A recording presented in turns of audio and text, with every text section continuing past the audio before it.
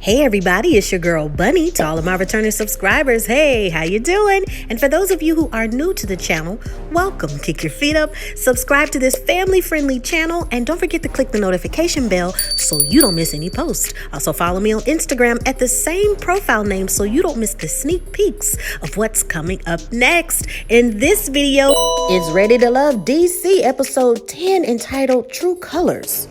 I give a full episode recap with photos offset to the side, and then I give my review at the end. No need to dig around. I have all of the minute marks in the comments. It's all coming up next. We pick up right where we left off in the last episode with Camille speaking with Cornelius and Naim speaking with Zadia. When Camille speaks with Cornelius, she holds back tears and Cornelius tells her, "Don't do that. It's okay.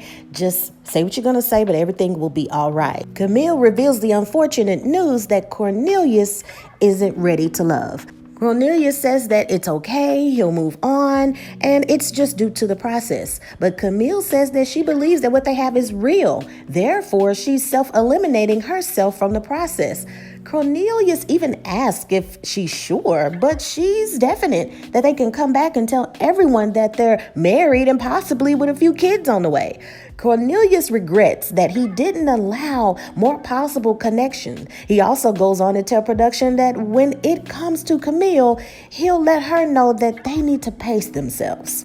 Zadia goes on to continue that the other women say over and over again that he's a great guy, but they really haven't connected with you. They haven't had a time to talk with you or anything. But fortunately, he's still ready to love. Naim is still excited to stay and to get to know the other women more.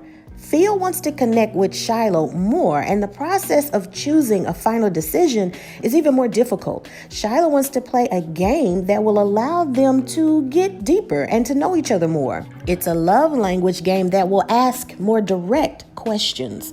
When Phil is asked a simple question of "what do you like most about me?" his answer seems very broad and unspecific. Shiloh points out that the game process, she wants to know more about him. His only flaw is that he's not really direct or open. She cares for him and takes a moment to be real. Phil kisses her, and he makes a production clip that he didn't want to kiss her too fast, but at the same time, he doesn't want her to lose interest. He still doesn't want to connect with her or commit so deeply just yet. Dante has unfinished business with Zadia, but he is really connecting deeper with Aisha. Aisha is very flattered that he's checking up on her after all of the drama. She feels that everything about Dante is being confirmed by his actions. She starts to bring up the matter at the dinner table again, but Dante wants her to focus on their moment right now. Dante expresses that he's super interested and wants to move forward, and she confirms she feels the same way. Dante says to production that now he needs to talk with Zadia about the things that he didn't like at the weekend trip. In DC, Frank and Mumen take a nice walk, and Frank admits to production that he's really digging Mumen and Sidney, so he needs to narrow down what's real. He tells Mumen that they need to take witness of the progression since Dr. King's "I Have a Dream" speech. Mumen says to production, "Okay, well, I guess I'm in class now. He's giving me a history lesson, but things with Walter aren't going well, and I know Sidney has a connection with Frank too, so I need to step things up more." While chatting, Frank gives Mumen a golf ball from their first date. She loves that he pays attention to great detail. He's honest that it's difficult to dive in early and share such deep things with people, but it was important for him to see the possibilities in all of the women. Sidney has a connection with him, and he's ready to know if Mumen wants to move forward and get to know each other deeper. Mumen tells him that she's parked with him in her decision to move forward. She's appreciative of his transparency. Dante meets with Zadia, and he wants to inform her where they stand. Zadia admits to production that she came into the date very high-strung and with a little static. His impression about Aisha and things that he felt just came out of nowhere. Dante wants to know about everything from this weekend. How is she emotionally? She feels that he abandoned her. He says he just wanted to make sure that he connected with the other person. he had a connection with. I mean, that was the whole point of the trip. And it goes both ways concerning communication. She could have said something to him as well. Zadia is very upset because he should have communicated more information about how he feels before each elimination. But Dante says that's not the way it works. I mean, you didn't come to me before each elimination. But he also explains that her communication made it clear, or the lack thereof, that she made decisions, that she was more engaged with someone else. He's not going to keep knocking on the door if no one answers. He communicated with her, but Aisha was more receptive to get to know him. And then things evolved organically. It is what it is. His decision is to move forward with Aisha. Zadia grows even more upset and tells him it's BS and he should go home and have fun with Aisha, who talks about any and everything that means nothing. And she walks away. Zadia leaves and Dante feels he should just keep enjoying his night and get some vegan food. Then he sees Zadia return in the distance. He doesn't know what's going on. Zadia says to production that before I left, I thought to myself, this guy was trying to play me, and I don't appreciate how he handled me and my emotions. She returns and gets into Dante's face saying, but you were never second pick to me. I was actually going to pick you out before all of that stuff happened this weekend. And then she puts her finger in his face saying, no, boo-boo, because this weekend you showed your true colors. You're a fraud and a fake. Dante wants to confirm if she's finished making her peace, and she walks away. Again, all Dante can do is try to continue with this meal and his evening. He's shocked at her behavior again. Zadia rants outside the venue that Dante is not ready for love. Aisha is dense and dumb, so he should have fun with his connection. Dante says that it's just weird how she handles everything. That's not how you handle conflicts. I'm absolutely dumbfounded. Walter thinks that the retreat was a hot mess. His purpose was to get clarification between Mumen and Sabrina, and Mumen really made the decision kind of sway. Sabrina made his decision easy.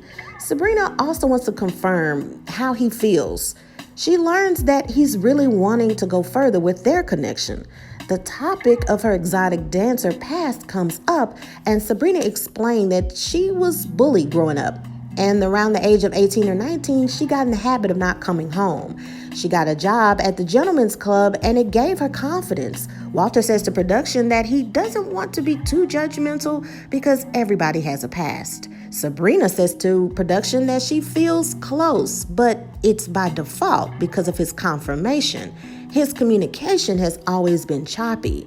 When she sees him, the vibes are good, but doesn't want to jump into a situation just because he's good at saying the right things at the right time.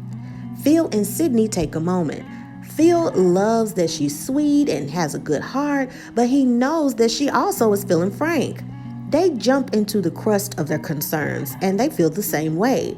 Sidney wants to know Phil deeper, but he doesn't really open up. He admits that he needs to work on being more vulnerable. Trust is very important to him. When his mother passed, he was very sad that he didn't get to give her the experience of having grandchildren. He's trying to cope with that. Sidney is happy that finally he's opening up with things that are on his mind. She also tells him that actions speak louder than words, and they kiss. Sidney says to production that there's more of an organic connection with Frank. Frank thinks that this has just made his decision even more complex.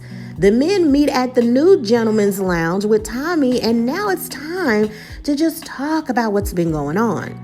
The fellas inform Tommy about the Zadia and Aisha conflict, but Naim explains the situation as if Zadia was being called out, which made her respond, but Frank gives more details. There was this alliance of a brown girl squad, and Tommy isn't surprised that with more privacy, it allows people to see one's true personality. Now, who is everybody digging as their number one? Walter is very connected with Sabrina. He learns that she used to be a stripper, but he respects her growth. Dante explains that he spent more time with Aisha, and he understands their connection was more organic. Naim says Zadia is honest and he has been genuine and she has been genuine with him since day one. Frank goes into detail about Mumen and Sidney. He wants to show Mumen his interest, but Sidney has more of a natural connection with him. Phil says that Shiloh and Sidney are his top picks. They're both direct, but Sidney has a different and deeper connection with him. Now let's talk about who needs to go home. Dante explains that Zadia's behavior after he told her he had more of a connection with Aisha was really aggressive, and she even put her hands in his face. Tommy wants to know how Naim feels about that, and he says he's fine with it. Tommy can't believe his ears by replying, "Really?" Naim says that she doesn't treat me that way. Frank adds that he hasn't seen that behavior from her yet, but it's been a pattern with everybody else. Naim says that she's a good person and he looks beyond that, and the other men shake their heads in disbelief that he's defending her. Dante says to production that it's a trip how Naim is not concerned about her behavior. Tommy warns to Naim to pay attention to her actions, even if he doesn't get that from her. Look further in the future and what you may have to deal with. Now, the not digging continues. Naim says that Sidney, her voice is just annoying. Frank says Zadia and Shiloh. Walter says Mumen, and Phil says Mumen. Frank says to production that it's so sad that Mumen's name keeps coming up, and she might go home. Now it's time for eliminations.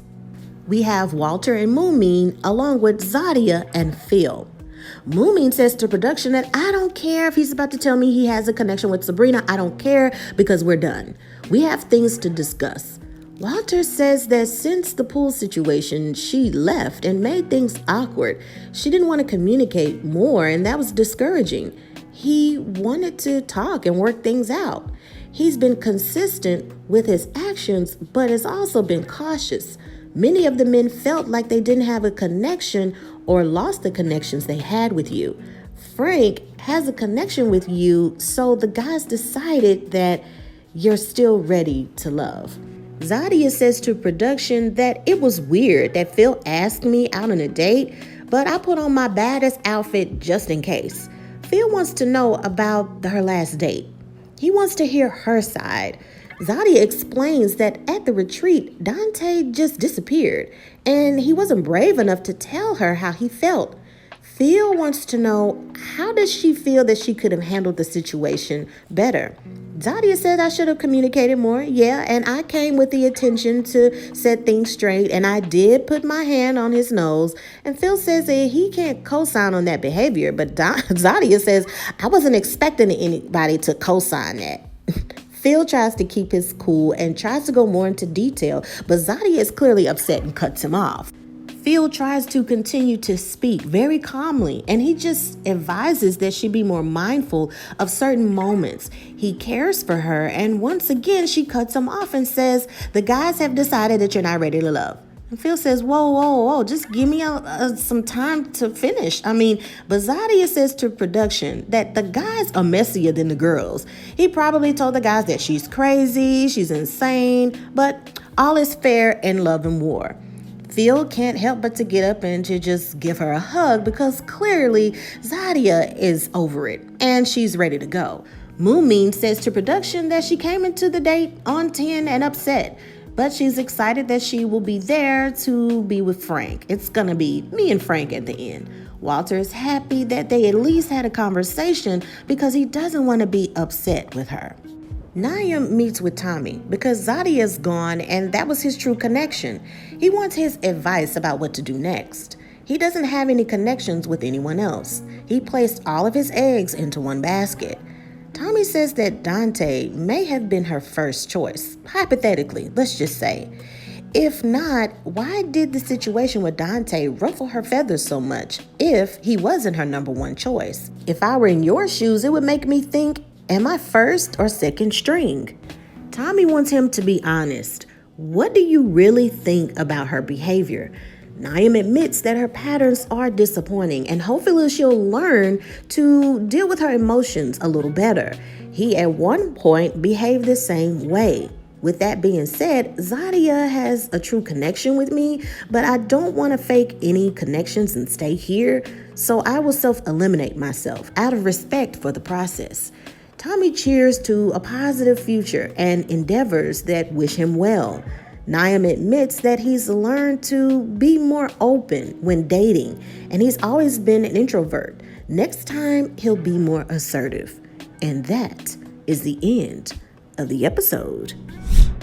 And now it is time for your favorite part of the video. That's right, my review. Let's just go ahead and talk about Phil. Let's get Phil out of the way. So Phil's ex, remember, says that his number one thing that caused them to not be a couple anymore, that he's very reserved, he's not open, he doesn't communicate well. Okay, did they not hear that? Did the ladies not hear that the ex, Shiloh heard from the ex that he doesn't communicate well, he doesn't express his feelings, and now Shiloh is behaving as if she's disappointed that the truth is finally revealing itself. She's pressing it on. She's expecting his character to be something else. Look, y'all, when someone shows you their true colors, look at it and accept that that's what it is. Can somebody change over time? Yes, but it doesn't happen overnight. With this process, you have to accept what you see in that moment and make your best judgment. Now, if you think somebody's going to change in the future, cool, kudos. But if it's starting to convey this emotional disappointment within you, then don't waste your time, because it's just going to create conflict and it's just going to make you feel sad. We see the sadness in Shiloh's face when she speaks with Phil. She's trying to play this game. She's asking all these deep questions, and he gives very broad answers, and it's frustrating her. When you have that cycle of emotion like that, that may not be the person for you. You're trying to force something. Now, this is how you know if there's a possibility of that person changing. If that person says, you know what, I'm really working on it. I've been doing all of these things to find out how I can be more open, and I'm really trying, and it's unfortunate. That person is communicating with you that they're trying. Yes, Phil has said that to production. He said that to Sidney, right? And it seems kind of unfair that just because he's communicated the story about his mother to Sidney, that pulled him in closer to Sidney. It's unfortunate because it's just like, wow, why didn't he share that with Shiloh? We don't know. Maybe there was just something there to where he felt more comfortable. I'll tell you a little something about myself. I don't know why, but everywhere I go, strangers walk up and talk to me. It's like they want to tell me their full life story. I can go to the store and people will say, oh, what do you think about this shirt? How are you? Oh, I have a daughter that looks like you, and blah, blah, blah. Like random people come up and talk to me. Okay. And they tell me everything. And, people tell me where I live that, girl, you just have that energy that pulls people in and they feel comfortable with you. When it comes to love, when it comes to relationships, friendships, whatever, everybody conveys a certain type of energy, which allows people to connect, or certain types of things, right, that pulls the mystery and you wanting to know what's up with this person, okay? A lot of the things I feel this season is not exactly a romantic connection when it comes to what's healthy. The prime example, because all of the relationships, quote unquote, or people that are connecting are unhealthy connections. Let's start with Cornelius and Camille. This is not a secret. This is something that everybody has concluded in their mind as they're watching it, that clearly there is something unhealthy going on. I've said throughout this entire season that Cornelius and Camille are perfect for one another when it comes to toxicity. They're very comfortable in knowing what they like, which is unhealthy. I've said over and over again, Camille is the type that likes to push over on people, and Cornelius, unfortunately, is somebody that doesn't mind being pushed over. I correlated this psychologically to where I said that it wouldn't be surprising if Cornelius had that same relationship with his mother, being a people pleaser, wanting everybody to be happy and wanting everybody to be okay, instead of saying exactly how he feels in every situation. When Camille said, oh, the ladies decided that you're not ready, to love, there was this look of, relief. Like, oh my goodness, thank goodness I get to be away from her for a minute and breathe. Thank goodness. But then when Camille said, you know what, I'm self-eliminating myself because there's nobody else that I'm, connecting with. He had this look like, dang it, and then he even said, are you sure? Like, oh man. But at the same time, there have been some indications via social media that they're kicking it, that they're happy together. I don't like to look at stuff like that because I am just doing the review based upon the show.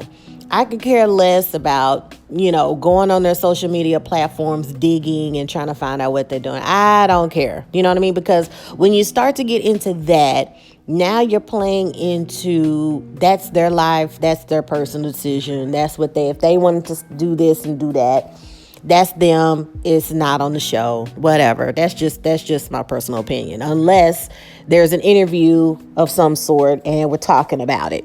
That's to me when it's the exception, that where we're going past the show and we're getting the behind the scenes things that are going on. Okay. So I just base my reviews on what I see weekly. And I go from that. I go from the footage that you provided. All right. So this is unhealthy based upon what we've seen in the show. Now, let's move on. We're talking about Walter and Sabrina. Now, with Walter and Sabrina, he has a connection with her because he's seen the true colors of Mumen and her behavior. But here's the thing, though.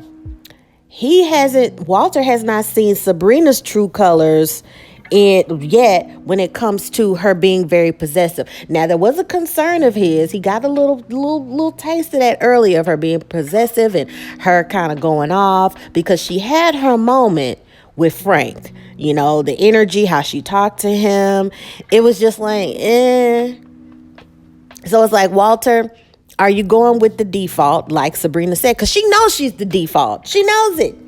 She knows that he was really digging Mumen a little bit more. And then when he met the friends, and it was like, it's just kind of like everybody's a default at this point because nobody's catching the 100% attitudes or anger from each person, which is, again, unhealthy. Frank got the full Sabrina and her, kind of popping off, and him feeling uncomfortable being around, her. And now Walter is like, I like Sabrina because Mumen made it easy. It's like, and then with that, speaking more with Sabrina made my decision easier. It's kind of like, Sabrina, you know the truth, you know the deal, but at the same time, you're going along with it. You're going along with it, and you're okay with that, with being chosen, okay? Because if that was really a concern, you would have brought that up during dinner. You would have brought that up when you were talking about these very important topics about how you grew up, what you went through. If you're saying to production that, I might be his default and he's saying the right things at the right time, why wouldn't you mention that? Why wouldn't you say that? Because then at the same time, you're asking him in the vehicle, right, before y'all took the trip, what do you consider us as? Are we in a relationship or we what? Why would you ask somebody that if you felt you were a default? That just doesn't make sense to me. Mumen is really showing her possessive, jealous ways. Sabrina is showing that with, I think I'm a default to this guy, but I still want to, see how he feels about me. It's like, really? And we're just looking at it with Shiloh. She's a very emotionally embedded person. She said from the beginning that she's very physical. She, loves the connection and the talking and all that, but she's attracted to, and she's connecting with someone that's doing the exact opposite. Someone that's a little bit more reserved, a little bit more chill. Let's talk about the next toxic situation when it comes to Zadia and anybody. Zadia, clearly, I've said this a few episodes ago, that it's clear that she has the aggression, the anger, and it's coming from somewhere. If you watch my last review, I broke down all of the behaviors of all the remaining women, the passive aggressiveness, right? The anger, the manipulation. I talked about all of this stuff, and I talked about how the guys are not excluded from any of that, okay? They're not excluded from any of that. This is why Naim and Zadia Even if they said, hey, you're my number one pick, and they rolled together, that would be another toxic relationship. Naim is more reserved and to himself, and he's an introvert. Zadia is more out there. She likes to have fun, have a drink or two. She says her mind all the time. She has the issue with anger. And they are compatible when it comes to toxicity, because Naim chooses to ignore the realities of her behavior. Regardless if it's not with him, he was just trying so hard to ignore it until the reality hit him of like, wow, that's really stupid to kind of defend her like that. He had that epiphany and then talked with Tommy. He was rolling with Zadia because that is the only person that he was connecting with or that he talked to, because he was an introvert. He latched on to her because she was someone that showed him the most attention, so he felt he had to defend her. And he said, oh, at one point, I behaved like that too. So it was probably like a comfort in her behavior in the way that she was. Because even when they hugged, even when Zadia and Naim would hug, it was kind of like, oh, hey, how you doing? You know what I mean? And with Zadia, she was cool with somebody riding for her. So she latched on to him. Now, those energies collided in such a way with Dante and Zadia, because he wasn't allowing that. He wasn't allowing that negative energy, that behavior to take up his space and who he was. And when he did that, it bothered her so much that she left. And she was so pissed off about that she came back because she wanted a final word and she wanted to say something. So much so to where she's putting her hands in his face, getting aggressive, right? Being manipulative in his face, and then leaving, and then talking about other people. So it's just toxicity all over the place. The people who are left are all latching and connecting, quote unquote, because they're used to certain toxicities when it comes to relationships. It's really disappointing because everything's colliding together. I don't think anybody left has any true healthy connection at all. So, of course, there will be more drama, of course, because we have all of these emotions and all of these things colliding. People are putting blinders on real issues and just trying to take a win at the end of the season and bring somebody back home. And it's and people are self-eliminating themselves because they realized, I've gotten myself into this situation that's really not making any sense. And the only person I've talked to, the person that I latched onto because there was this toxicity I recognized, now that person is gone, I don't even have anybody else that I can chat with. Terrible. Let me know what you thought about this episode. Leave your comments below.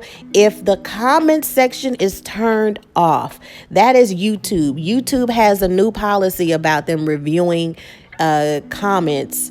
Okay, so come back. That's not me turning off the comments. Make sure to refresh the screen, come back. Make sure that you wait a few seconds after the upload just to make sure that the comment section is active. Okay, so I really look forward to seeing your comments. In the meantime, in between time, make sure that you check out that pinned comment and like this video. Check out that pinned comment and check out some suggested other series and shows that I recommend that I'm also recapping and reviewing. Check out the last season of Insecure, season 5. It's great. There's only so many episodes left. There's only 2. Okay, it's after that's the end of the series. Make sure that you check that out. In the meantime, in between time, happy holidays and take care of yourself and each other. Bye.